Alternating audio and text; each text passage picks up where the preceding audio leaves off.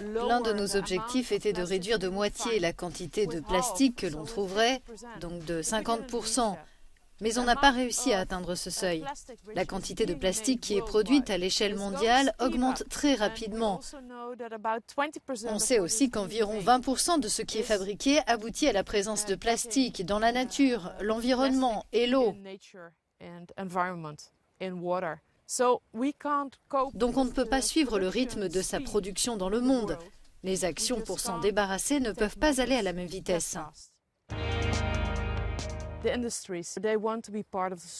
Les industriels veulent faire partie de la solution. Ils installent des filtres. C'est parfait parce que le plastique ne sort plus de leur site.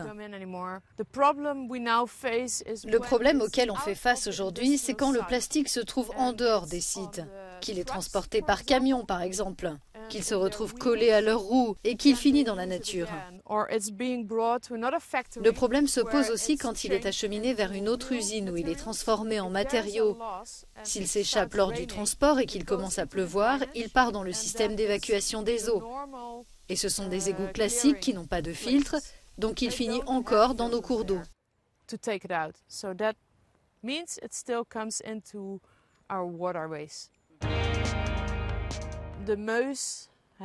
C'est la Meuse qui a le plus de problèmes parce que le plastique s'y accumule. Il fait déjà partie du sol.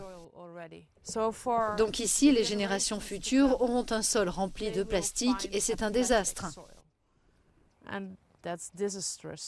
Il faut faire quelque chose. La nature continuera à exister, mais nous, en tant qu'humains, ferons-nous partie de la nature? On doit agir maintenant, sans attendre.